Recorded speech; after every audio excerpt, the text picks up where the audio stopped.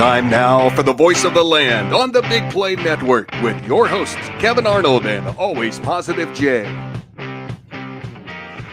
Boy, I mean, the conversations before this show are just epic. They make you feel good. They make you feel better. And honestly, I think all three of us on this show and a lot more people around us have gotten to the point where we talked about in the first half of the Browns season. And that is not going to let the team ruin your day. And hey, I'm wearing my Manchester United kit. They got the win at the death, at the last minute. Garnacho with like a young stud playing soccer. And yeah, I'm talking European football right now, not American. I'm just glad you pronounced his name because I saw you tweet and I sat there probably for like 10 minutes. I'm like, I have no idea how to pronounce this dude's name. I wanted to bring it up on the show and I was like, oh, you're dude. I'm like, yeah, I don't know how to pronounce his name. I mean, that's what you do. That's what you're supposed to do when you bring on a sub. You know, you're playing a lower tier team in the Premier League, a team that you're supposed to beat, even though you're on the road. You're in their house. They played a little bit better than expected this year. And, you know, you're supposed to win. You didn't play well enough. You got the 3 points still. Yeah, you're still in fifth place, but you're only 3 points out of fourth instead of being 5 points. So, hey, going into the World Cup break, feeling pretty good about Manchester United. So they kept things in reach, that team. They kept things in reach. And now they are this other team that we're watching today. Did they keep things in reach today?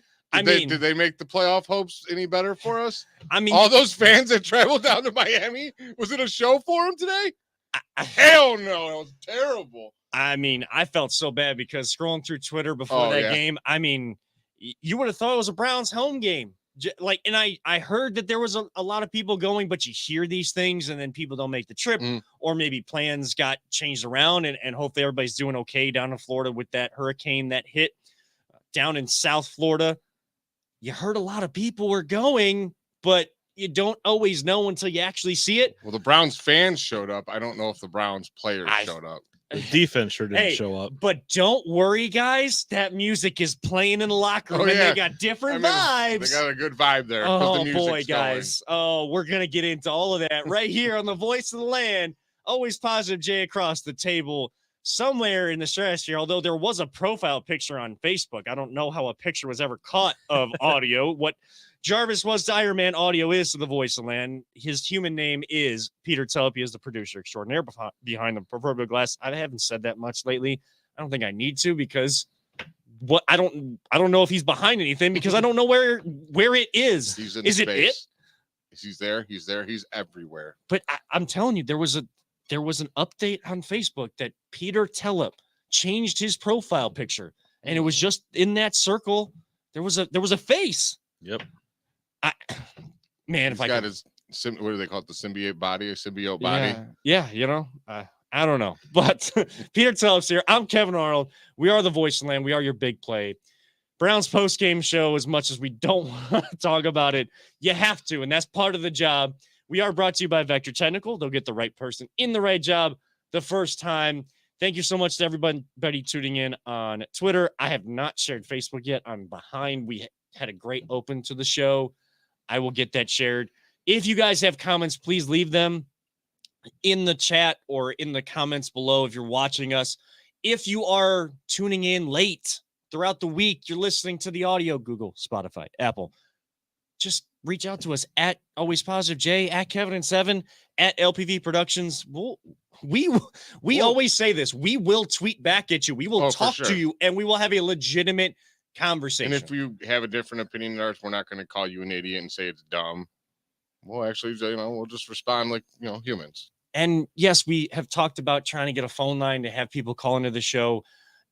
We've put more effort into trying to get a phone line. It just hasn't happened. We put more effort into that than the Browns put into actually playing football this season so far.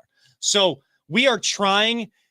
Just the lack of success. Next week, we're just going to have to be better. This one's on us, and we're just going to have to be better next week. I mean, I think we're all going to be at home next week. But let's just jump in, guys. I mean, that's way too long of an open. But again, we don't want to have to do this, but you win against the Bengals, and that's the ultimate elixir for the Browns. That's the only real team that you can beat. I mean, everyone kept asking, did they turn it around, or is it just because we have this thing where we could beat the Bengals? Well, clearly, it's just this thing that we could beat the Bengals because that run defense, dude. I mean, like, What run defense? Wet paper I don't towel know. would have stopped the running backs better I than mean- those guys would. I'm telling you right now, like that was a joke. Like I can't. Jeff Wilson Jr. They made that dude look like a Pro Bowler today, and he was just a dude he was just a jag, just a guy. Yeah, didn't Miami come in? Weren't people talking this week? It was that a complete opposite. They can't run the football. They can't run the football or they can't stop They're the like football. low. Wait, They're did, it was like did the they tell complete Miami opposite. that? Because Miami obviously didn't get that memo. Did they No, tell? they must have. They must have told Because them. they ran all over the place. Yeah, Did 'cause they tell the Browns that because they left every single hole open, thinking, "Oh yeah, they don't run anyway, so they're just gonna fall on their knees or fall on their ass every single time after a yard"? No, you actually still have to tackle somebody up the middle. We have no defensive tackles. No. It's the defensive tackles. Maybe we can get some in the draft. Oh, we got one in the draft. Oh. Where's he at? At home Oh. because he couldn't pay attention to the rules. and another And one. then this drives me nuts. So you're suspended from the team. You just And as soon as the game's over, you get on Twitter and start tweeting, dude. Just shut up and go to work. Wait, what? Oh, Perrion Winfrey. Oh, Sure God, enough, said no. I don't know. I don't even know what he said, but I'm like, no. how are you on Twitter when you're not even allowed to go to the game? Like you're a healthy inactive because supposedly he's been out at the clubs too much or whatever. I don't know what had happened with this dude, but if you were brought here, like you had a chance to be a starting tackle here. You were what, 4th round pick, and everyone's like, oh, this guy's going to be a steal of the draft. Dude has been a bum all year. Yeah. And then you're going to get on Twitter like, dude, shut up. Like, I don't want anyone tweeting when you're losing. Like, I'm sorry, that drives me nuts. Is it good? Does it cause the game to lose? No, but it's the principle, dude. You can't be getting on social media talking whatever you're going to talk when you can't even make it to the game because you're so irresponsible. Yeah, I think I just came up with a better title for the show, and it's too late for it. But I mean, our title still works. I mean, it's another Browns debacle. That's exactly what it is. But they're all bark, no bite. Oh, yeah. All bark, There no you go. bite. Like for sure. we are supposed to be some dogs out here. We have a dog pound, DAWGs out there. I see none of that on the field. Again, I go back to, and everybody made a big deal out of this. I had this eerie feeling about it. I didn't want to say anything because I never like to jinx the teams that I root for. I will always root for Cleveland. Like on the front of the chest, if you are wearing Cleveland, I will still root for you. As difficult as that decision was for me to continue with after what happened this offseason, we are well beyond that. I am still going to root for Cleveland. I want good American football here in Cleveland, and we aren't getting it. And everybody made this big deal about, well, Miles, who's a leader, he really stepped up in that Cincinnati game. And there's a lot of music going on in the background of these press conferences, these locker room stuff before practice. Miles, what's going on with that? Well, there's just a paraphrasing here from Miles. There's just a different vibe in the locker room. Guys are, flying around. They're having a good time. Well, you did a lot more than having a good time instead of flying around on a football field and actually showing that you gave a darn. Is it bad? I don't even care that they lose. Like I'm too like I'll get excited again when they win, but when they lose now, it's like yeah, whatever. I don't even care. Like it's not about caring that they lost. Like I'm not ranting because I care. Like having this, like they ruined my day. Like they used to legitly. I'd be pissed off. Ruins my day. Monday, I'm still like kind of annoyed. Now I'm just like, yeah, whatever. I hate saying this, but the Browns are the Browns. Like that's what I feel like. It's the Browns. Like I don't even care anymore. They're gonna lose. They always lose. I'm just so beaten down, just used to it now, I guess. Yeah, and the frustrating part is you came out flat. Like the Browns are the best, and I'll give Coach Stefanski this. The first drive. He can scheme that first script of plays, whatever it is. I think it's like they always say 15 to 25 plays. Mm-hmm. He can script those like nobody's business, and this team can go down and score an opening touchdown. Where is the rest? I mean, you declawed the Bengals, but then you go down to Florida and you go into the little fishbowl with animals with fins, and they just swim all over you. I don't know how this happens after 2 weeks off. Like that's what I'm frustrated about. I'm not going to let losses ruin my day. What I'm frustrated about is this culture is still here. So everybody that always talks about the Browns winning the offseason, finding a way to win the offseason, and I'm sure they'll find a way to make headlines this coming offseason too, and everybody will be all excited.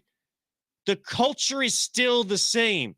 Until you see that change during the actual season, stop getting excited during the offseason. Stop listening and letting these guys tell you these things. Here's the difference. Getting all in your head. The words don't mean anything. Off season? Who are you going to draft? Who are you going to trade for? Last year, you I traded for the weirdest situation I've ever seen. But you just said the Browns is the Browns, and like that's just what happens. Like they find a way to be the story of the offseason or one of the stories of the offseason. They don't have no first round picks this year. It's like when they suck too. That's another thing. It's like at least our first round pick will be a little higher. We always found that weird silver lining in it. We love our first round picks, but we don't even have them. And it's nothing against the people on Twitter because there are a lot of good people, and in the Cleveland sports community that you and I get to talk to, and we have met through that. Like you and I met through Twitter, Cleveland Twitter, like Cleveland sports Twitter. I guess technically Browns Twitter at that time. Like we said, it's the best in the world and it's the worst in the world at the exact same time. So it's nothing against these people, but I'm probably going to mute everybody during the offseason that puts out some sort of mock draft for rounds 3 through 7. If I see a 7-round mock just so that you can get the Browns starting with their 2nd round pick or wherever they are, I'm muting that because I have no care about the draft. I have no care about football. Guys, I'm in soccer mode because in 1 week, the World Cup starts in Qatar. I'm sorry. I'm in soccer mode and I'm in basketball mode too. It's just they're not. We got to talk about that stadium. I just saw a picture of that, what it was made of. That was pretty weird. Yeah, and they're gonna like take it down too. It's I know movable. what you're talking about. Yeah, it's movable. It's all made out of like shipyard crates and stuff like that. If you guys haven't seen it, one of the stadiums in Qatar, Peter, I don't know if you saw this either. I haven't seen it. Yeah, so it's basically when you see like a semi truck or those shipping container. Yeah, the shipping containers. There is a stadium made out of those in Qatar, and it's movable to the point where they can you move it to if Uruguay, I think it is, somewhere in South America that's vying for the 2030 World Cup. Because if you haven't heard, the U.S., Mexico, and Canada, a joint North American World Cup coming in 2026, all 3 of those countries automatically qualify since they're hosting. So the U.S. doesn't have to actually go through qualification. They should because they don't develop their players well enough. That's a topic for the end of the show. But they can move it. And if Uruguay or one of those South American countries gets the World Cup in 2030, that stadium is going to be seen again in a different part of the world. Oh, weird. Which is crazy to me. Yeah, it's pretty cool, though. But I'd rather talk about that than, a team that goes down, they're definitely not movable. You can't move what you got on Monday night down to any other game. I don't know. They're not ruining my Sunday. Like, I'm apathetic to it. I'm numb to it. Exactly. I said it. Like, I don't know. It's bad for them. Like, but I'm in a business where, and we're all. Like I said, I went on Twitter. I was like, if we didn't have to do this show, I would have just turned that game off. Like, I had to force myself to watch it. I didn't want to watch it. If I don't want to watch, like I told you, dude, I love watching football. Any aspect, I could watch arena football, any type of football. I could sit there and just watch it. I did not want to watch today. I was just annoyed. I'm like, oh, these dudes are garbage. Kevin, it was before halftime. I knew that game was over. As soon as they scored at halftime, right before the half, I'm like, oh, they're done. This is over. Great. I got to watch another half of football, and I know they're going to lose. They just got beat up. Like, they literally lost the trenches. We're supposed to be this big, tough, physical team. Their defensive line dominated our offensive line. Yep. Their offensive line dominated our defensive line. Like, it was just bad. I mean, it was domination all the way around. Mm-hmm. I'm glad Cade York made his kicks. Jerome Ford showed up on a kickoff return to start the game. That's what got everything started. Didn't see much out of the special teams the rest of the day. Cade York, he made his kick. Yeah. He got a good kick return. So they were all right, but I don't even think did the Dolphins punter even punt today? I don't think so. Like, it didn't seem like there was a defense in front of them. It just seemed like one of those where you go, when you used to go to basketball practice, or I think even sometimes in football practice, you just have the offense against themselves. It's just like, walk through or whatever. It just like looked like they were walking through plays, and they just went to a certain level, a certain point. Okay, we got 13, 14 yards. We want to run more plays, so let's just keep the drive going instead of like we could actually run to the end zone every single time. There was no resistance at all. There was no pass rush. And the guy that is supposed to be a defensive player of the year candidate, again, did not show up. I understand, and everybody has said all of the time that, he's getting chipped. He's got 2 or 3 guys on him. That was supposed to be different with Jadeveon Clowney. That it didn't change today. If you watch all their passes, most of them real short, real quick. Yeah. They're like, all right, we got to get rid of Myles Garrett. So if they're going to do that, and I have not seen this adjustment all year, and it's driving me nuts, why aren't they pressing the wide receivers? If everyone's going to throw short on you or run the ball, bring your corners up and press wide receivers. Put pressure on them, and they don't. No, we're just going to keep playing the Greg Williams style of zone defense where, like, zone is if the receivers can find a spot to sit in the zone, get in the eye line of the quarterback, that's how you break down a zone defense in football. Well, you're giving way too many yards up, especially when it's 3rd and 16, 3rd and long, and you're allowing them not just to get to the sticks, you're allowing them to get past the sticks and then turn around and open up for their quarterback. There's no good out there. And it's, I don't know, people making excuses, blaming Nick Chubb. Yeah, he can't fumble the football, but he can't be perfect all year. Can't be perfect all year. I think it's his first fumble all year. First fumble all year, yeah. Like, I don't know, maybe the defense needs to stop. Like, okay, the offense gets a score. Maybe don't allow the other team to score right after. Your offense is in a rhythm. That's what I want to see. That's the adjustment or the level of focus I haven't seen from this team. It's your offense gets in a rhythm. They may struggle to start. They get in that rhythm. Now they score a touchdown. Your defense comes out. What do you want to do? Get a 3 and out, get the offense back on the field, and allow the offense to go back to work because they're already in a rhythm and you're going against a tired defense. Dude, I mean, how many times today it'd be like they'd throw an incomplete pass on 1st down, 2nd down, and then we'd get like a holding or offsides or a pass interference or a roughing the passer. I'm like, dude, you guys just keep shooting yourselves in the foot nonstop. Yeah. All right, guys. If they actually played defense, then the yellow laundry came out in the field. If they didn't commit penalties, they didn't also commit any tackles. You guys think we got a chance for the playoffs at all anymore? No. This season, this ended. I mean, we're not mathematically eliminated, right? But yeah, I'm about 100% sure that we're not. The chances of us beating the Bills next week. I mean, if the we're defense would have that game, then if the defense would have shown up today if they would have played like they played against Cincinnati, it'd be a completely different conversation. But better chance Browns beating the Bills, United States winning the World Cup. Right now, it's the United States winning the World Cup. and that chance is. I just want to. Anytime I can throw soccer towards my guy, I'll do it. That chance is far off. Too. Yeah, like, no, that chance is so far off. So like I didn't say men's. Off. Could be the women's league. Yeah, they've also lost 3 straight.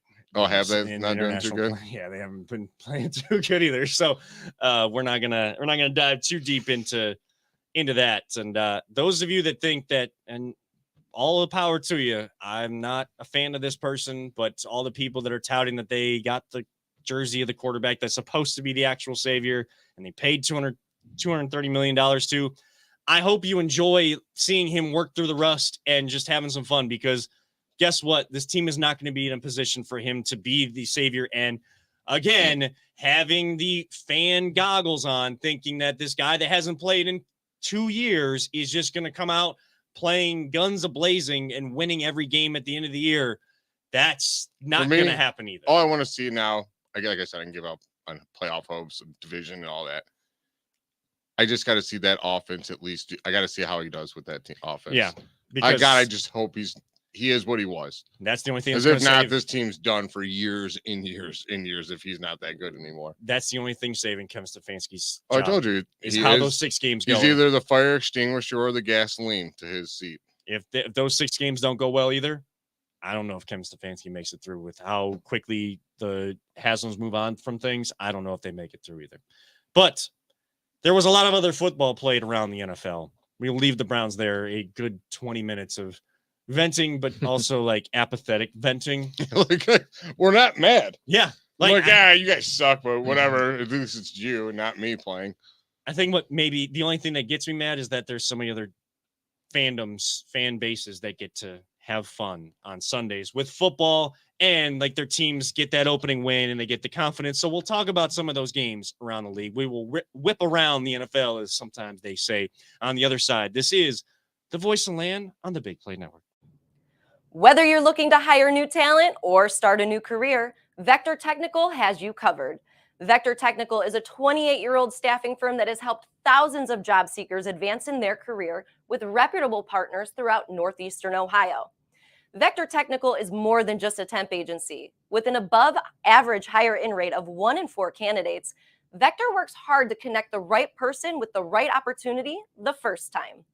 Vector Technical hires for skilled manufacturing and light industrial work and is sure to have a career that you've been looking for. To learn more, visit our website at www.vectortechnicalinc.com. Welcome back to the Voice Land, your Browns post-game show right here on the Big Play Network. Kevin Arnold, always positive, Jay, and Audio, the producer extraordinaire.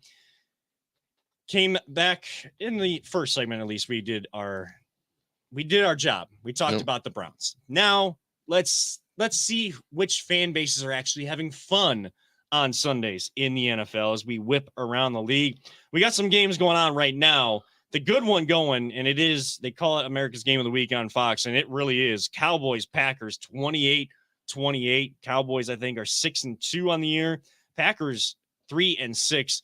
Rodgers, weird dude, but not getting much production out of that wide receiver room. There's not many targets there, but a good one going. 2:29 left in the fourth quarter. Looking for, mine's going way too slow. What other scores we got going on right now, at least? What's in progress? We got Jay? Cardinals versus the Rams. Cardinals up 27-10. Rams are just, man, they won their Super Bowl and just went to sleep. Hey, Super Bowl hangover. Plus, hey, Matthew Stafford, I believe, and Kyler Murray not active for that game today. So you had the battle of the backups and Colt McCoy. Finding a way, man. Oh, we gave up on him too soon. No, we didn't. James Harrison about killed that dude. Yeah. So good game. Those Vikings Bills today. Vikings go to 8-1. No one saw that coming. I thought they were going to be good. And Justin, I don't know if you've seen this catch, but Justin Jefferson has the catch of the year right now. He already beat out George Pickens. One, because the timing of the play, but in coverage like that, dude, all over him.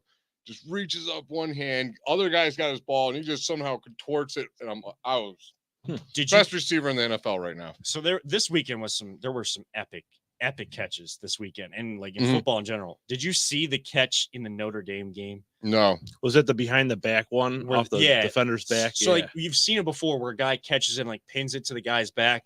This guy not only caught it with reaching around the defender's back, but then as like in order to secure it, he just rips it one hand and just comes out with it with one hand. Didn't have to pin it to his back. Nice. He had it secured in his hands, takes it with one, and just shows the referee while he's being like bear hugged by the defender. Marvin Harrison Jr. had a nice catch in that game too. Oh my God, the body control to get that foot inbounds. He's best receiver in college right now. He's so definitely NFL ready. You know his dad got him, who's working with him his whole life. Like that dude is so finely tuned. Do you feel? I don't even know how he did that because he was going out of bounds with his left foot further down, and so I don't.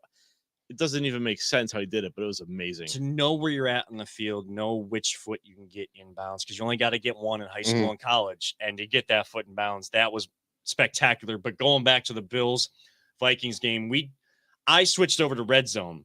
About 3-4 minutes left in the Browns game. I'm like, I have to watch this. I have to watch it to the end, just in case there's something there I need to clip or something, whatever it might be.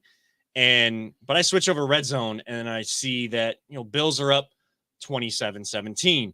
And I don't know if it was Dalvin Cook or one of their backup running backs of the Vikings goes into the end zone. It's 27-24. Vikings get the ball with a chance to go take the lead. 4th and 18.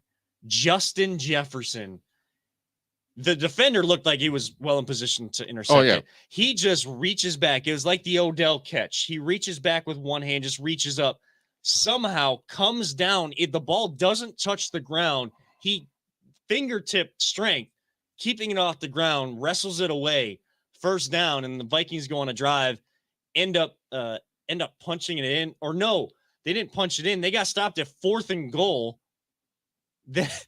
The Bills had a chance to finish it out, but the Vikings had one timeout, so they had to run it. And it was at the 1-inch line. So Josh Allen goes under center to just try to push his big body out there, give him a little breathing room, and then force the Vikings to take that final timeout, then take the knee, you finish the game, you go to 7-2, you drop the Vikings to 7-2. No, fumble on the snap, Vikings recover in the end zone. I didn't see that. They take the lead. Buffalo comes right down, ties the game with a field goal. That's crazy. Goes to overtime. The Vikings end up winning because I think it was Patrick Peterson. I think he's playing for the Vikings now. Mm-hmm. He intercepts Josh Allen. Don't know where he was throwing the football. They're down 3. Their defense did what they were supposed to do. They gave up a lot of yards. They bended, but they didn't break. Gave up only a field goal. Got their offense out there. The offense starts to churn up yards. Josh Allen just throws it to no man's land, and Patrick Peterson, I guess it was his 4th red zone interception in the last 2 games for Josh Allen. But do you think the Browns have a chance against that team coming off a loss like that, even with Josh Allen hurting? No, that was 33-30 in an epic game with 2 offenses that are just another really good game was no one saw this coming out of Detroit and Chicago. Oh, yeah, that was going. Detroit winning 31-30. But, man, Justin Fields is coming to his own. 147 yards rushing, 2 touchdowns. And one of them like 67 yards or something like that. Yeah, but he also threw a pick 6 to his former teammate in Akuda. Maybe he just saw the Ohio State thing. He almost threw it. I know that guy. That dude has like no receivers. I mean, they traded for Chase Claypool, and that dude's garbage. So I mean, but you can't.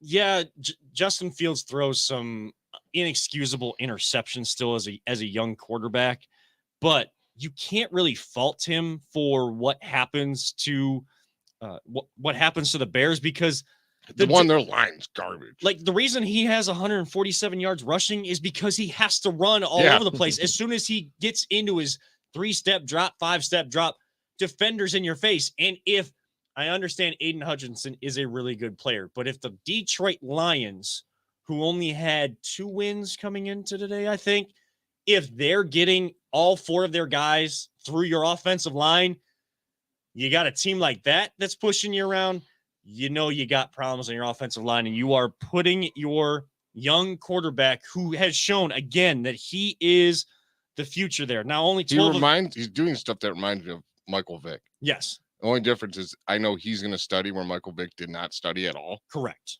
You got to put some talent around that kid, man. As long as he like makes it out, okay. Yeah, you need a line and a wide receiver. He was 12 of 20 for 167 yards, 8.4 yard average, 2 touchdowns, 1 interception. I think that was, so he was sacked 3 times. I don't know I don't know if they have like the team stats about pressures and stuff for Detroit. I know that those stats are somewhere, but okay, we got team stats right here. I'm interested in that. Was there another game, Jay, while I looked this up, that kind of caught your eye? Hey, Jeff Saturday got the Colts a win. No, I mean, actually not really. I haven't been watching too much football after the Browns debacle. I ended up tuning into the Punisher myself. And the Cavs right now are getting beat down. Beat down off the West Coast trip. They don't have Donovan Mitchell. They don't have Jared Allen. We'll talk about the Cavs next, but I do want to just finish our whip around the league, because I think we can all agree the game of the day was Vikings Bills, and then Detroit, kind of that sleeper game. Everything else kind of went to what it was supposed to be. The one thing I wanted to get your guys' quick thoughts on: Jeff Saturday being named the interim head coach without having much head coaching experience outside of high school, and just a former offensive lineman, Hall of Fame offensive lineman for the Colts. But just, that's as much to his credit as he can get. And he's allowed to be brought in with all these other guys. on the sidelines, especially with the Rooney Rule in place, guys, minorities and stuff like that, that have been scratching, clawing, looking for those opportunities to lead a group of men. He's just brought in just like that. I mean, Joe Thomas, I don't know if you heard what he said, but he ripped him. He was dead on. He completely right. Like, you just it was a slap in the face to all those people that deserved the job before he did. Like he said it best. You've hired your drinking buddy to control a multi-billion-dollar franchise. Like, dude has no experience whatsoever except for high school football. Like, that was a joke move.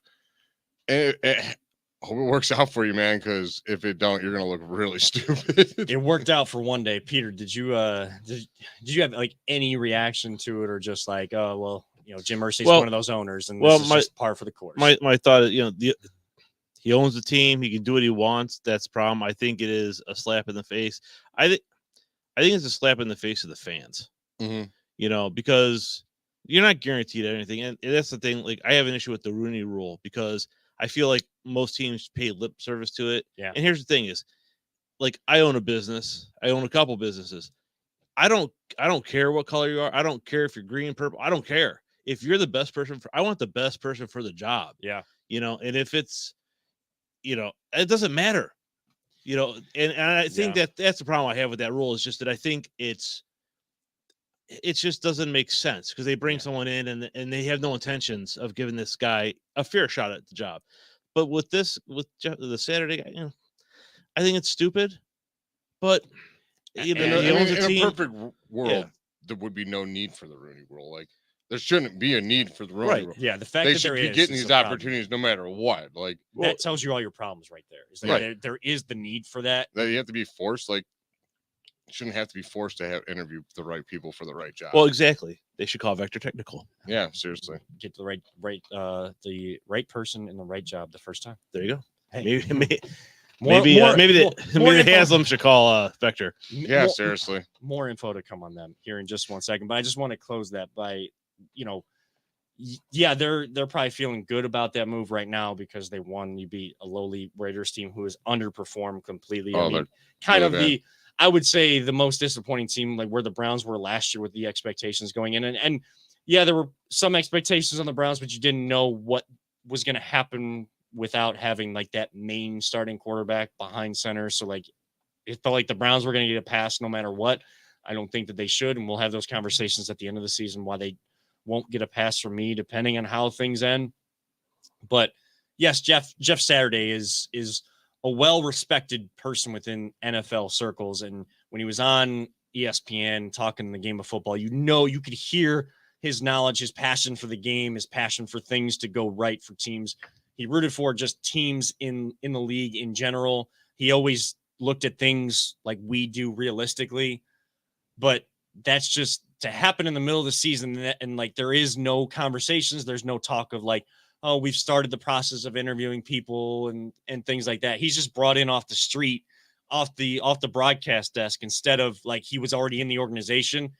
That doesn't sit right. And I think the one thing that the business of sports people can relate to working in any industry is that happens too often where you don't know if the person's actually qualified. They're just given, I hate the cliche of it's not what you know, it's who you know. Yes, there is an element of that in the adult world and the business world, but you gotta earn it to a certain extent. You gotta be willing to put in the work. I'll tell you who does like this move. Jonathan Taylor fantasy owners. Yeah, that's about the only one that's going. Because an offensive lineman's like, we're running the ball. We got this Pro Bowler running back. We're running the ball nonstop. Dude sucked all year and he's got 147 yards out of nowhere. Well, I can't take solace in that either because I don't got Jonathan Taylor. I don't got him either. And I don't got any success in fantasy football this year. But that's okay because I already can tell you that I'm not a good fantasy football player. Oh, poor Riz. So we're playing Joby this week.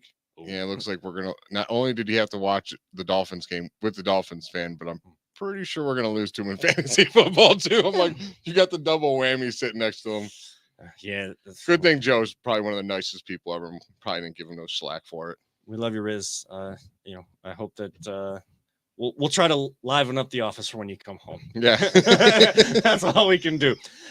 With that being said, we are going to hit our next break. If you want some Voice of the Land gear, I'm sporting. If you can't see us, you're just listening to us, I am sporting a Voice of the Land cap. We have some information in this break about where you can get your Voice of the Land gear.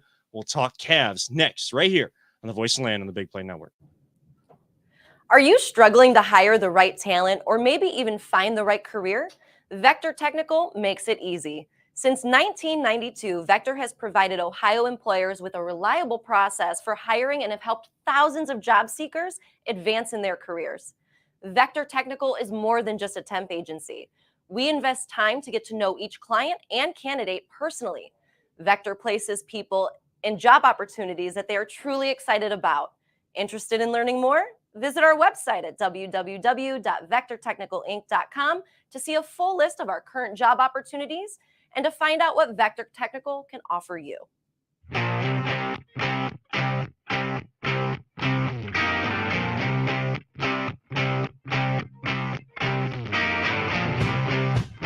Get your gear at voiceoftheland.com/shop. Welcome back to the Voice of the Land right here on the Big Play Network. Time to talk a little basketball, a little Cavs. And Cavs not doing so well tonight. If you're tuning in to us and maybe got the Cavs on our device or your Bally Sports app isn't working, which it usually doesn't for most people, and you're tuning into us, we really appreciate you choosing us as the next option to the Cavs. They're losing 84-65 right now. Coming off the West Coast, losing 3 straight games, possibly going to 4. We'll see. It's middle of the third quarter right now. They're in the TV timeout. In the third quarter, 6:53 left. Lost 3 straight games on the road. And, they didn't play well in the first half against the Lakers. They ended up coming back. And then you're in control of that Clippers game. And I think that's where things went south, is when you gave up that lead at the end of the Clippers game. That's where things went south on this trip. Because, again, they've been leading in fourth quarters for the most part. Mm-hmm. It's those little mistakes, those little turnovers that have hurt them. The Golden State Warriors have been in close games many times before. This is not the same Cavs team that faced the Warriors 4 times, as much as we always like to bring up those rivalry elements every time these two teams play. That is a championship-laden, a championship-tested team. So in the regular season, when you're tested, they're going to come through. This young team is going to have to grow up quick, because no one's going to feel sorry for you. Yes, there's going to be adjustment periods. And we here on the Voice of the Land, I know many other Cleveland fans, are in for the journey. And we knew the journey wasn't going to be 8-1, winning a bunch of games in a row. So we're not going to get on Twitter after games and call for Garland to get traded like some of these clowns on Twitter are doing. I mean, I'm sorry. I saw something the Cavs posted something. I'm like, I just started reading the comments. I'm like, dude, are you serious? Like, you're going to get rid of Garland already? I think I scroll on Twitter, but I don't actually pay attention, because I don't see these Someone things. pointed it out. I think it was Raconia pointed it out, and he was like, you guys aren't even real fans to begin with anyways, which he's right. But I was just like, I just want to see. Like, I have to see what he's talking about. And I'm like, I mean, you expect in a game like tonight, where you don't have your leading scorer in Donovan Mitchell and you don't have your leading rim protector in Jared Allen, you expect Darius Garland to be that guy to step up. He's got 21 points into the third quarter. Mm-hmm.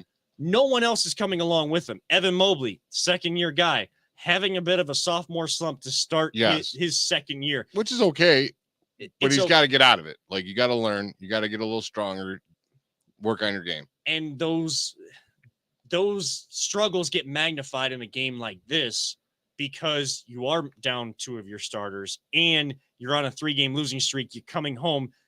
Your legs might be dead, but you got to find a way to get off the schneid. You got to find a way to get a win, because now 3 games going to 4, you're in a snowball effect. You had the good snowball effect with the wins after that Toronto game. You win 8 straight. You don't want to be a team that wins a lot in a row and then loses a lot in a row. You want to be a team that puts a lot of good games together and maybe a dud here or there, a couple duds in a row. They're putting too many. Yes, it's really early, so we're not going to freak out. It's important, I think, for people to realize, yes, it is good to point out issues when there are issues and be realistic. Being realistic, Darius Garland turned the ball over late in a couple of those games and led to helping cost the Cavs those wins when they were already leading. He cannot do that taking that next step. He was an all-star last year. He needs to go up into the upper echelon of the NBA to take that next step. He was getting the respect from his peers that are in that upper echelon. He needs to come through in those moments. When he doesn't, it's good to call him out. But then to take it from, boy, this team is going to win a championship, to the next extreme where Garland's got to be traded. That's why fans are called fans. It's short for fanatics. There's just too much fanatic going on these days, and too many people have a voice that is beyond ridiculous. Someone said it, just because you got an opinion doesn't mean you got to share it all the time. Right. We fully acknowledge that opinions matter, and opinions aren't fact. Like, we'll have opinions, and if we're wrong, we'll tell you we were wrong if they come out to be proven as a fact to be wrong. We will do that here. But if you give us an opinion and you say, the Cavs need a wing defender, or they need Evan Mobley to step up, Darius Garland can't turn the ball over late in a game. We may not agree. Yes, we agree, because I just said that. But we may not agree with some of those, but those are viable opinions. That's your thought. You have every right. We'll have a conversation. We'll go back and forth. But then just to spew stupidity, that's where the line gets crossed of, like, okay, yes, opinions matter. Remember when teachers used to tell you there is no stupid question? Mm-hmm. That some people may say that there's no stupid sports take because it's someone's opinion. They can think how they want. No, they're stupid sports. Just like, I'm sorry. I'm going to pull back the curtain on teaching. Teachers would tell you, if you really ask them to be honest, kids ask stupid questions. There are actually stupid questions. But as teachers, as educators, as developers of young people, you say those things and you follow through on saying that there's no stupid questions because you want to help them develop. You want to help them succeed. That's totally fine. Some of those people that didn't learn their lessons from some of these great teachers we have in Northeast Ohio that now are on Twitter spewing stupid sports takes, you're probably the ones that said the stupid questions in school and didn't actually learn from it. Mm-hmm. That's on you. At some point, the responsibility has to be on the person not. But they can be verified now, at least. Can they? I thought that went away. I don't know. I think they shut down Twitter Blue with verification. Boy, that was so stupid. Oh my God. Oh geez. That was, and then people like getting up on their high horse saying like, boy, I got the verification. You don't. I paid the $8. What are you doing? I don't know. Maybe saving money for bills, trying to build a family because my wife is pregnant. And I'm trying to get a house. I'm trying to build my family. Maybe I want to save money. $8 a month doesn't seem like a lot, but it turns into a lot. Look at all these streaming services. You pay $8 a month for this one. You pay $7 for that one. It all adds up in the end, and you're paying stuff that doesn't matter. I had to take it down. Sorry, guys. No, I'm with you. Because I was the one morning I was just and it was like 4 different people in a row, and it was like, oh, I'm verified. No thanks to anybody else. I paid for it myself, and then they explained to me why. Like, dude, I just wrote on there. I'm like, good for you for getting your blue check mark. No one cares. Like, you don't have to tell us why, because no one cares. But here's the thing, now the blue check marks don't really mean anything, which is kind of great, because I guess one of the things I saw that came out is apparently some of the blue check marks were being sold by Twitter employees. So yeah, the verification process, because we couldn't get verified as Voice of the Land because we don't have official press credentials. I mean, I have press credentials now from the OHSAA.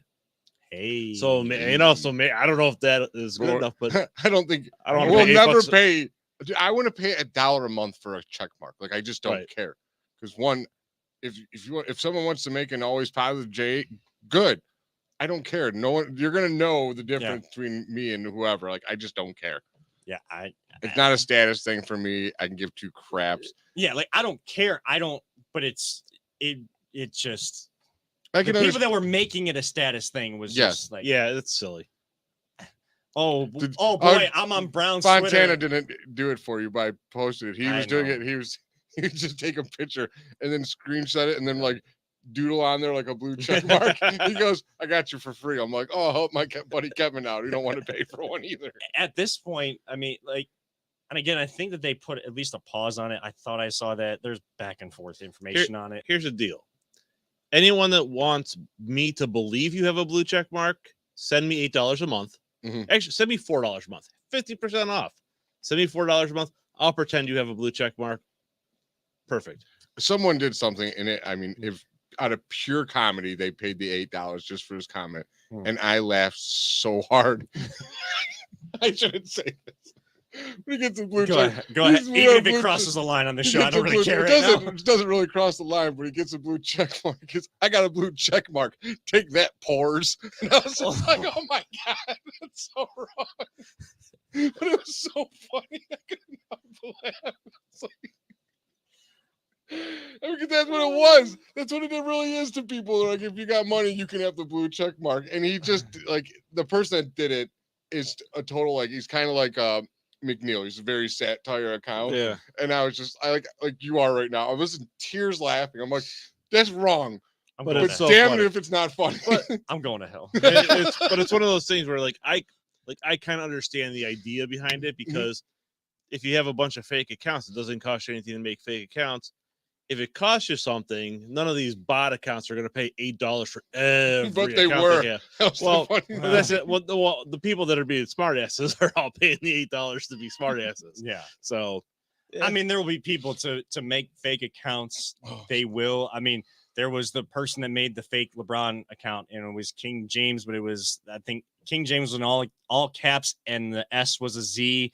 And someone, like, people got actually duped by people like that. There were a couple other sports information things out there. This person said that I'm requesting a trade from the Lakers and all of this other stuff. And like, you could clearly see the name wasn't the same. Like, the @ sign wasn't the same. I guess the trick was you got to click on the blue check mark, and either says this person is verified as an actual person, business, news, whatever it might be. This person is, just a verified account through Twitter Blue or something like that. Yeah. So like, you could tell the difference. So there's tiers to the check marks now. Oh boy. Okay. Elon. Now the people that have the blue check marks, to keep them, have they had to pay for this? I don't know. And then Elon Musk was touting that he paid the $8 himself to also keep the verification. I know the people that had blue check marks, like, you had to pay $8 within the next 3 months. You had to start doing that, or else your blue check mark was going to go away. So like, he's saying, oh like, man, some egos are going to get hurt. If it continues, like I said, I think it got taken off the board, but like, people that have the blue check mark now, it just stays there. Yeah, I don't know. But Musk was touting that he paid the $8 a month. Well, of course you can afford the $8 a month. You're rich. You paid $44 billion for Twitter, let alone the fact that you're taking everybody else's $8 a month. You're just turning it around. You're taking one person's and turning it around to your own. I think you have enough money for $8 a month. Well, I don't need you to tell me that you can do that. Did you hear that? Yeah, but here's the thing: is he said Twitter was losing $4 million a day before he took over. That's why that's why he did some of those layoffs, because they looked at the numbers. That's why he tried to back out of the deal, because he found out after the due diligence or whatever, supposedly, that way more, like, Twitter was always like, oh, only 5% of our users are bots, and I don't know, this is what I've heard, is that it was closer to like 25% of all the users. What on a Twitter stupid waste of money, though. Like, yeah, seriously, of all the things you could do in the world, like, that dude could literally, with all that money, almost end world hunger. Like, you could build like a whole new infrastructure in public schools in this country. You know what? I want to buy Twitter.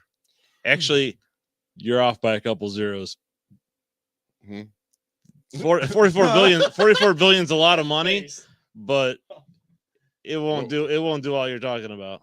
Oh, I'm just saying, like, you could do a lot, right? Because like, I think the general idea what you're saying is that you had 44 billion to give this, and I'm sure you're like, that didn't even make a big dent in your checkbook or whatever. You could have done good with that. Like, you have a lot more money that you could have used, that plus whatever else you have to do that. Yeah, no, he's just more concerned about making sure that, like, everyone gets fact checked, and all these political people can't be spewing stuff on there and all that. Like, it got way too political for what he's doing and his clapbacks that people are terrible clapbacks. And Elon, you're doing too much, man.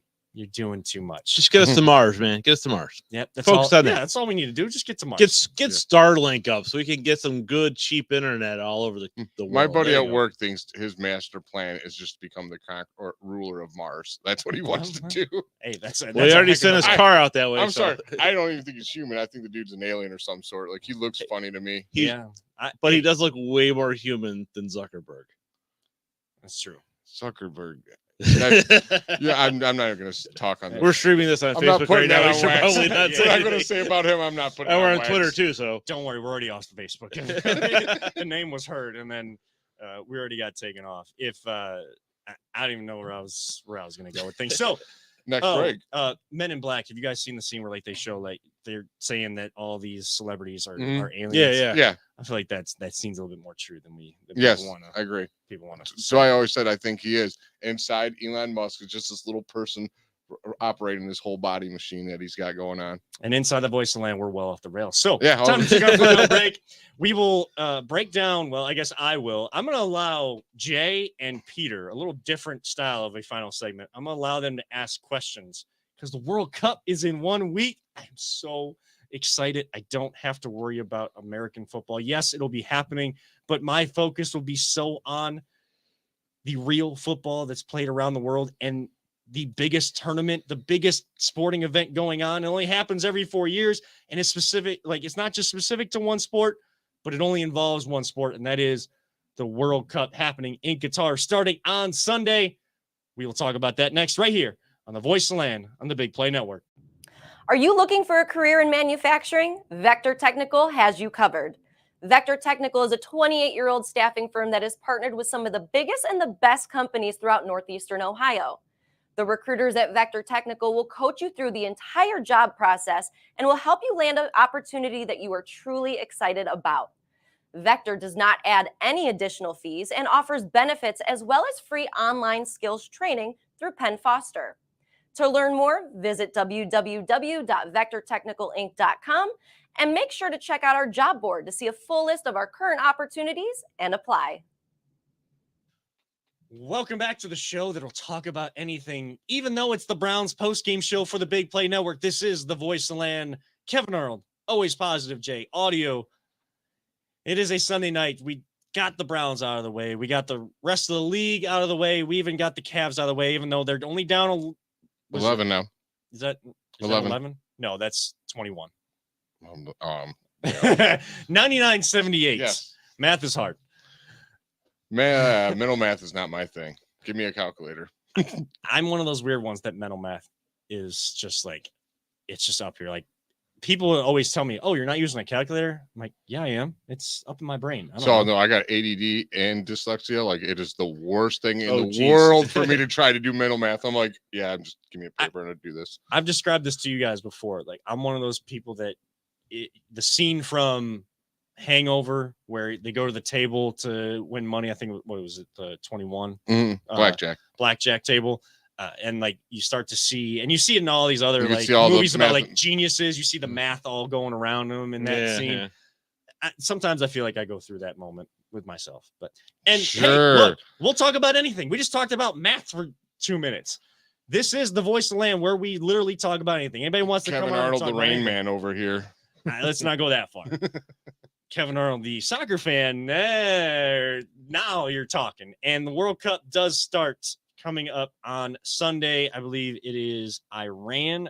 No, not Iran. It is Qatar who will open it up. Every time the host country will open it up. It'll be interesting to see in 2026 with three countries hosting it as a unified group, how they do that. Like which country gets the opening game. It better be the United States. But if anybody wants to help, if you want to pay, like instead of paying to be verified on Twitter, you want to pay $8 a month to something else, help me go to the World Cup somewhere around Philadelphia. I think is the closest spot. That's part of my bucket list. So, just laying that out there. If anybody's listening and wants to help me out with that. Hey man, if our sponsors keep up, maybe we could pay for you to go. Hey, I would love that. If we get other sponsors on, they want me to cover the World Cup. Anybody's got another? You got the mic. I'll bring the camera. We got a producer. Anybody else has got a mic with a podcast that everybody does these days. You need someone to break down. But the they World don't Cup. have an AI system like we do. That's true. That's true. Now, so I wanted to do this because when Peter and we do stuff with CBC TV, and Peter was just out covering Kirtland, just taking out, who were they playing? Dalton last night? Yes. Are they from the Worcester area? Dalton. It's a soft A. Apparently, yes.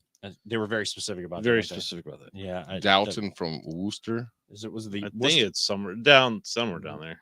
Okay. I was tuning in for most of it. And of course, AA Anthony Alford, friend of ours here on the show, and CBC TV, he was calling it with Logan Potowski, he does stuff for John Carroll. He's a Kirtland grad. Mm-hmm. He is one of the better up and coming young play-by-play guys. Like, if you want to learn what it means to do play-by-play, and someone that's kind of your own age, if you're young in the business, don't go to me. Don't go to me. Go to Logan, because he is definitely someone to learn from. Are you guys getting, just before we get into the World Cup, are you guys getting one more game for the regional finals? We don't know. It all depends on whether or not Spectrum is going to. If Spectrum picks up the game, then we won't. But I believe Kirtland is the only, maybe the only CBC team. I don't know. Or Perry won too. Yeah, they beat Garraway, Sugar Okay. Creek Garraway. They beat them 27-17 in the Battle of the Pirates. Oh. So I think Perry's taking on the number 1 seed in their division. When they're Division 5, Region 17, Kirtland is the number 1. They take on Mogador, who beat Cuyahoga Heights. And that'll be at Nordonia again. Yeah, so they'll be at Nord. So they just I'm kind of hoping I get that one, because it's not like we went out to Niles last year. Niles that was the haul. The Perry one's not too far away though either. I don't think. Yeah, I'll have to check. If you go out to Niles, you got to get the Italian food out there. I heard it's phenomenal. I'll tell you a story later about Niles. All right. Okay. Yeah, we always. But I'll tell you another city. You guys say Mogador. I just love the name of that city. I think it's I love saying Mogador for some reason. I'm like, that's a cool city name. Like, for me, it's Barberton. Barberton's another cool city name. Yeah, like the only reason I was, when we were looking for houses and outside of Wycliffe, the only reason we were looking at Barberton was just there was times like one of the ways we go to the in-laws, you got to go. I think it's 21. It offshoots from from 77. And you go through Barberton, and I don't know. I just started seeing the name, and their nickname is the Magics in the school district. So I just love saying Barberton. There you go. If I can say Barberton a bunch, I'll just say Barberton. Should have been a barber. So World Cup's coming up here. World Cup, and I know nothing about it. All right. So who are the top teams entering? Like, who's your top 4 right now entering the World Cup? Because typically it's usually Brazil is usually really good. Germany is usually pretty good. Brazil, and they should, if they're not top of their group, like, that's an utter shame. They are Group G, which there's let's see, 1, 2, 3, 4, 5, 6, 7, 8 groups of 4. So there's 32 teams, and the top 2 teams of each group during group play, pool play, they move on. So you got to have the most points. So yes, teams are going to be allowed to tie in the first 3 games. Every country is guaranteed 3 games, but not every country is guaranteed to move on to the knockout stage. Brazil is in Group G, and they have Serbia, Switzerland, and Cameroon. Now, I will tell you this, the countries that come out of Africa, like when they have their African Nations Cup and those international teams, boy, are they fun to play. They are speed on the field. They are as close as you can get to what indoor soccer is, like how fast that goes, how fast you have to play. Boy, Cameroon, Ghana, Nigeria, a lot of those teams, they are fun to watch, and their celebrations are some of the absolute best goal celebrations. So, but Brazil should come out of there. The other teams, the top teams, I mean, you're looking at probably Spain, Croatia, France. Looking at some of their teams that are in. What about Argentina? Are they another good soccer town usually? They're supposed to be, and this will be Lionel Messi and Cristiano Ronaldo, the top 2 players of the last decade plus, and probably arguably the 2 best players of all, 2 of the best players of all time. If you got the top 3, at least starting your Mount Rushmore, words are hard, but oh so fun, of soccer. If you started one, the first three that you're going with are Messi, Ronaldo, and Pele. And then the And then argument Kevin for the other Arnold. four. No, not playing. The announcer. I wouldn't even put myself. Yeah, in. I said so. Okay, well, and then I'm positive about it, dude. I get it, and see that's an opinion that we don't agree on, but we can talk about. It's not stupid like we talked about earlier. But yeah, those are probably the top teams. The bigger problem with this World Cup is some of the top players, or some of the players that this was going to be their first opportunity to go to the World Cup. They can't play because they're hurt, and they're hurt with one of those 2-week like soft tissue injuries, or that because anytime the World Cup happens, it's in the summer, and you have like 2 or 3 weeks to kind of get yourself right coming out of the season once all the club leagues stop and all the tournaments are done for playing with your club. Now, once you go with your country, there's time to get right, to get in training, be able to go, even if you're hurt with those 2-week injuries. Some of those guys don't get to go because the Premier League just ended today. They just went on break today. That's 1 week from the World Cup. If someone got hurt this weekend, they're probably not playing, and they're going to their dream of playing in a World Cup, which any soccer player growing up, that is your dream, is to be good enough. Well, you were going to say something about Messi and the other guy. Yeah. So to bring that back around, I mean, like Messi and Ronaldo are playing, but Argentina with Messi at the helm has not had nearly the success that Messi has had on the club scene, and he has failed on the international tournament level. As of late, they've played well in the South American tournaments and some of the other smaller international tournaments that they've been in. I don't know if they have enough to get there, but let's say Messi led Argentina and they win the World Cup. Would that just catapult him up? That would cement his legacy. I think he's the best of all time.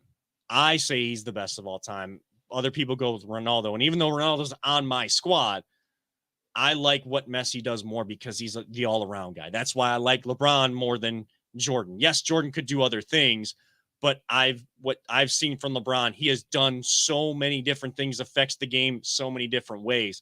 That's what Messi does. Messi is that point guard that can go get his own, and he will make you look like a fool as a defender going to get his own, but he will also set up his teammates. He will get them involved. Make everyone else around him better. Make everyone else around him better. He hasn't been able to do that consistently enough for Argentina like he did at Barcelona and now PSG, which plays in France on the club level. Well, let's bring this home, and I need a wrap up of what the U.S. team is going to look like. So they don't develop our players very well usually. Not on the men's side. They haven't. Now we're in what is so-called the golden age of American soccer. And that is because we have so many guys in their prime or just before their prime year. And your prime years tend to be 27 to 32, tends to be that kind of window age-wise. We have guys that are still younger than that. We're probably going to have one of the, if not the youngest team at the World Cup. We have teenagers, 20-year-olds going to the World Cup, but they're playing for some of the in the best leagues around the country or around the world. They're playing for some of the best teams. Christian Pulisic, Captain America, plays for Chelsea. Is he used right? Different conversation, different day. But he is supposed to be the leader of this team. You have other people playing in the top German league. You have other people playing in the top Spanish league. You have plenty of Americans playing in the Premier League, which is the top league in all the world, I would argue. Definitely the best league in all of Europe. And if you are starting for a team that is playing in the Premier League and impacting that team, you should be on this squad. There are questions about the decisions that were made, who's here, who's not. But this team needs to make it to the knockout stages. And once you make it to the knockout stages, that means you're one of the top two in your group, and anything can happen. Just like we talked about the baseball playoffs. You get to the dance, anything Who's can in our happen. group? So our group is, I believe it's Group B. Yes, Group B. So we have Iran, Wales, and England. And the big matchup in the group is going to be the day after Thanksgiving. So Black Friday, 2 p.m., USA, England, in Qatar. USA actually take those red coats down. Another, I guess, the reincarnation of the American or the Revolutionary War going on a pitch in Qatar of sorts, the soccer version at least. USA will play England. They actually start with Wales on Monday. They play at 2:00 that day. yes, there'll be games going on at like 5 a.m. with the time difference and everything, but there'll be plenty of games throughout the day. And I'm sure Fox will replay some stuff later on. If you have YouTube TV, the brilliant thing about that is when you go to record World Cup, there's an option to record everything. Guess what I did? Record everything, because I want to watch all of the different countries. I want to watch all the different games, or at least tune into as many of them as I can. Instead of streaming shows, I'm probably going to be streaming soccer matches. I'm gonna have to watch a soccer match with you one of these days. Yeah. I mean, and I need to watch a game too where you're invested into it so I can see you going nuts. I mean, these World Cup. I seen how you act when Browns games are close and they're meaningful. Mm-hmm. I want to see how you act when there's soccer involved. Oh man, if you could have seen me win, I think it was 2010, and we'll wrap it up after this. The USA was playing Algeria, I want to say, and it was the last game of the group stage. They had to win to get to the knockout stage. I think it was tied 1-1, and in soccer you play 90 minutes, but you actually play more than 90 minutes because the referee, while the clock continues to run, there is a third official or fourth official that is keeping track of the average amount of time that is not being, where soccer action is not actually happening. Like how much is just dead space time, add that to the end of the half. There may have been like 5 or 6 minutes added to the end of this. And I remember the play like it was yesterday, and I can see it in my mind. Tim Howard, one of the best goalkeepers the USA has ever had for the international stage. I actually remember that name. He collected a ball rolled into the box. He collected it, and immediately, just like a long outlet pass from Kevin Love, or when you see it in basketball, cups it in his hand, throws it out to midfield to Landon Donovan, who starts dribbling down. U.S. is pressing. Clint Dempsey gets a shot in, gets blocked. Landon Donovan kept trailing the play, finished it, and I mean pandemonium, absolute pandemonium in the stadium. And to not have that for the U.S. back in 2018 when they didn't qualify, and now being like 2 World Cups removed until we play on Monday is going to mean so much to me when I see the USA actually in the World Cup. We got to go beat Wales. We got to get the win to start things off. Come on, USA. I will criticize the roster afterwards. We got to be all behind this squad. If you're going to tune in, you want to root for your country, get behind the USA. Let's see what these young guys can do. They're going to have to step up. Coach Berhalter is going to have to put them in the right spot, but it's going to be a fun time. I'm telling you, if you've never watched soccer before, just tune into a half. That's all I'm asking, because you will see, even if it's 0-0, 0-0, or 1-0, a 1-0 game, you will see why the game is so beautiful, and you'll start to understand the nuances. Or, hey, take up FIFA 22 or 23. Take up the video game. That's what got other people into soccer too.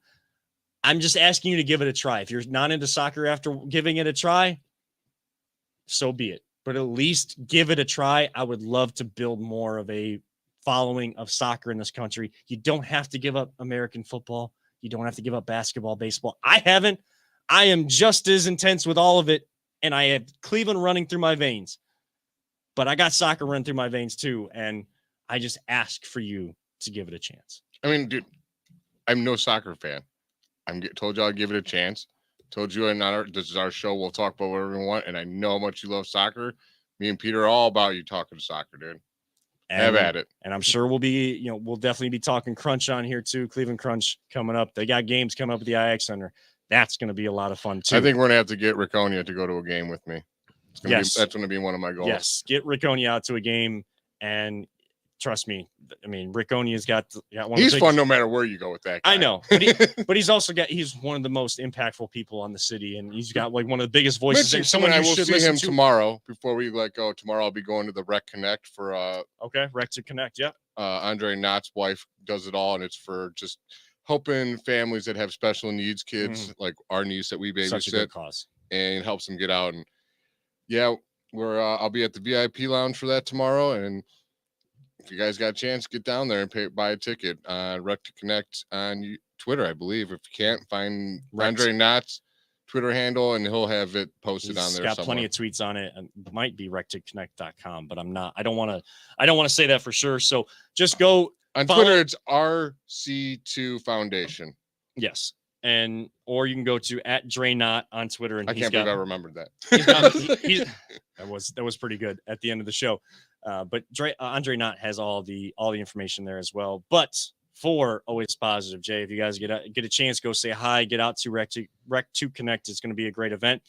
So go see Always Positive, Jay. For Peter Tellep, Kevin Arnold, reminding all of you, don't let anyone ever tell you it's just a game. We truly love you all. 3,000. Jay. Don't talk about it. Be about it. And live life. All gas, no brakes. We'll see you all possibly next week or in 2 weeks. Stay tuned at @VTL_pod on social media. We'll keep you updated when the next show is. But until then, go USA Soccer. USA.